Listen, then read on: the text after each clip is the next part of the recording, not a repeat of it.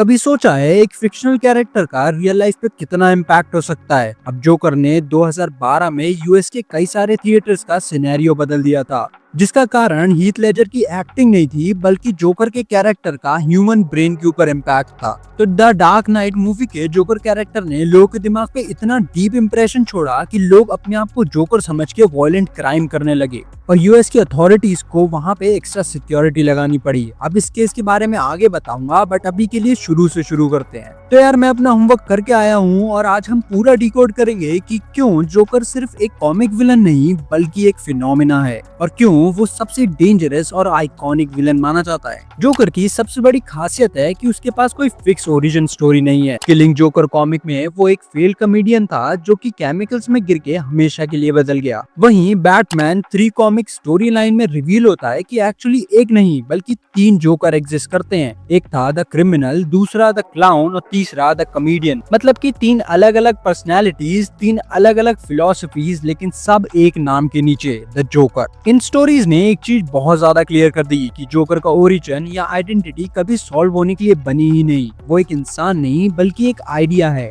और इसी वजह से जोकर हमेशा अनप्रिडिक्टेबल और हमेशा टेरिफाइंग रहता है। यहाँ तक कि एक कॉमिक में तो जोकर की स्टोरी शुरू ही नहीं होती, बस वो एक दिन आ जाता है, like a nightmare you can't explain. और कॉमिक में भी जोकर अपना मजाक उड़ाते हुए खुद कहता है, if I am going to have a past I prefer it to be multiple choice. यानी असली जोकर कौन है ये हमेशा एक मिस्ट्री रहेगा और यही अनसर्टेनिटी उससे बाकियों से अलग बनाती है। क्योंकि जब आपको पता ही ना हो कि आप किस इंसान से डील कर रहे हो तो वो और भी डेंजरस हो जाता है, क्योंकि तुम्हें पता ही नहीं है उसे कंट्रोल कैसे करना है। और यही रीजन है कि जोकर का माइंडसेट इतना क्योटिक है कि वो सुपरमैन जैसे इमॉर्टल कैरेक्टर्स को भी घुटनों पे ला चुका है। अब ये जोकर सिर्फ एक क्लाउन क्रिमिनल नहीं है, वो एक फिलॉसफी है, केओस की फिलॉसफी। क्या तुम्हें Batman the dark night movie की ये लाइन याद है? I'll show you. When the chips are down, these civilized people, they'll eat each other.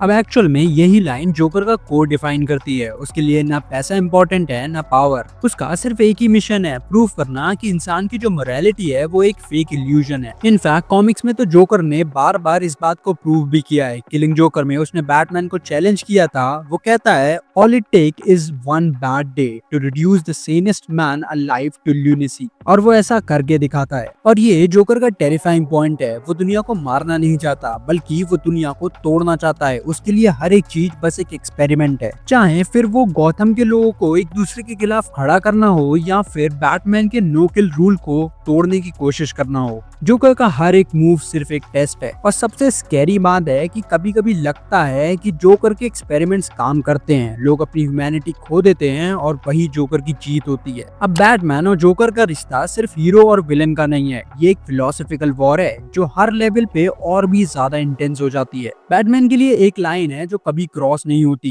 The know kill rule. और जोकर का मिशन ही ये है कि वो बैटमैन को उस लाइन को तोड़ने पे मजबूर करे। कॉमिक में जोकर की हर एक स्टोरी, चाहे वो killing joker, death in the family या एंड गेम हो, सभी बैटमैन की लिमिट्स को टेस्ट करने के लिए बनी है। Death in the family comic में जोकर ने जेसन टॉड को मार दिया और बैटमैन को पर्सनल लॉस की एक्सट्रीम लिमिट तक पुश करा। किलिंग जोकर कॉमिक में कमिश्नर गॉर्डन और बारबरा को टॉर्चर करके जोकर ने ये दिखाया कि एक बैड डे किसी भी इंसान को तोड़ सकता है। वहीं एंड गेम कॉमिक में जोकर ने गौतम को एक वॉर जोन बना दिया और बैटमैन के मॉरल लिमिट्स को एक अल्टीमेट टेस्ट के सामने रख दिया। और यही जोकर को अलग बनाता है। दूसरे विलेन सिर्फ फिजिकल थ्रेट देते हैं, पर जोकर का टारगेट हमेशा बैटमैन के मॉरल्स होते हैं। बैटमैन के अपने रूल्स और प्रिंसिपल को ना टूटने देने की कोशिश और जोकर का कंटिन्यूअस ह्यूमन मोरालिटी को चैलेंज करने की जिद, यही इन दोनों के रिलेशनशिप को बाकी किसी भी हीरो और विलेन के रिलेशनशिप से बहुत ऊपर ले जाती है। और सबसे चिलिंग बात है कि जोकर के बिना बैटमैन अधूरा है और बैटमैन के बिना जोकर का केओस अधूरा है। ये सिर्फ एक राइवलरी नहीं बल्कि एक फिलोसफिकल चेस गेम है जिसमें कभी पता नहीं लगता कि असली विनर कौन है। साथ ही यार जोकर सिर्फ और सिर्फ कॉमिक का विलन नहीं रहा, वो पूरी दुनिया का एक आइकॉनिक विलन बन गया है। इनफैक्ट वो इतना लेजेंडरी है कि अगर तुम विलन्स का माउंट रशमोर बनाने जाओगे और उसमें जोकर का फेस नहीं है तो वो बहुत अजीब लगेगा। अब इस कैरेक्टर ने शुरुआत से ही बहुत तगड़ा इम्पैक्ट छोड़ा है। मार्क हैमिल ने एनिमेटेड सीरीज में अपनी वॉइस से जोकर को एक ऐसी चिलिंग पर्सनैलिटी पर्सनैलिटी थी जिसे आज भी हर एक फैन इंस्टेंटली रिकॉग्नाइज कर लेता है। जिसके बाद लेजेंडरी एक्टर हीथ लेजर ने द डार्क नाइट मूवी में जोकर के कैरेक्टर को एक एजेंट ऑफ केओस बनाया। परफॉर्मेंस ने न सिर्फ ऑस्कर जीता बल्कि विलन्स के लिए एक बेंचमार्क रीडिफाइन कर दिया। और रिसेंटली 2019 में जोकिन फीनिक्स ने अपनी एक्टिंग से जोकर के कैरेक्टर के अंदर एक रियलिस्टिक और ट्रेजिक एंगल दिखाया, जहाँ पे एज अ ऑडियंस हमें समझ आया कि एक विलन की स्टोरी भी ह्यूमैनिटी और सोसाइटी को शेक कर सकती है। और ये इम्पैक्ट सिर्फ फिक्शनल नहीं है, रियल लाइफ में भी बहुत लोग जोकर से इंस्पायर्ड हुए हैं, जो कि बहुत ही ज्यादा सेंसलेस चीज है, but it is what it is. तो 20 जुलाई 2012 को होम्स ने द डार्क नाइट राइजेस के मिडनाइट स्क्रीन के दौरान कोलोराडो के ओरोरा में एक मूवी थिएटर में घुस के 12 लोगों को मार दिया और 70 से ज्यादा लोगों को जख्मी कर दिया। और उस टाइम पे उसने अपने बाल रेड ऑरेंज कलर के किए हुए थे, जो कि हीथ लेजर के जोकर से मिलते जुलते थे। कोइंसिडेंस या इंस्पिरेशन मुझे नहीं पता, पर जब उसे अरेस्ट किया गया तो उसने खुद को जोकर कहा। He had his hair painted red. He said he was the Joker. Although कई सारी रिपोर्ट्स बताती हैं कि उसका और जोकर का कोई भी लेना देना नहीं था, और कई सारी कहती हैं कि था।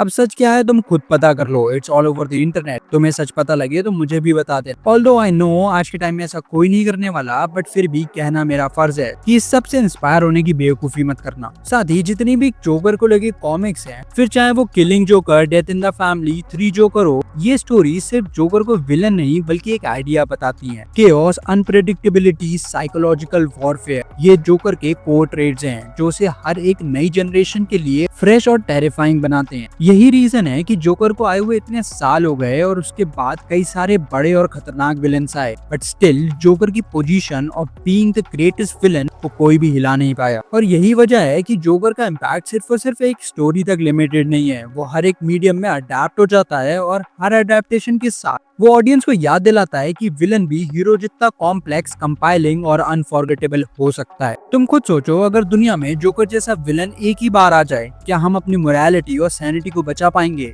या हम भी उसके केओस का एक हिस्सा बन जाएंगे? जोकर सिर्फ एक कैरेक्टर नहीं, एक कल्चरल फिनोमेना है, और यही चीज उसे बनाता है the greatest villain ever created. बाकी यार इस वीडियो को वीडियो की तरह ही लेना, just for fun and exploring a comic character, उससे ज्यादा कुछ भी नहीं। बाकी यार तुम्हारे जोकर को लेके क्या ओपिनियन है वो नीचे कमेंट्स में बताना, और नेक्स्ट किस कैरेक्टर या टॉपिक पे बात करनी है वो भी। साथ ही वीडियो को लाइक और हाइप दोनों कर देना, बहुत मोटिवेशन मिलती है। मिलते हैं नेक्स्ट वीडियो में, तब तक के लिए stay safe, keep peace and keep working.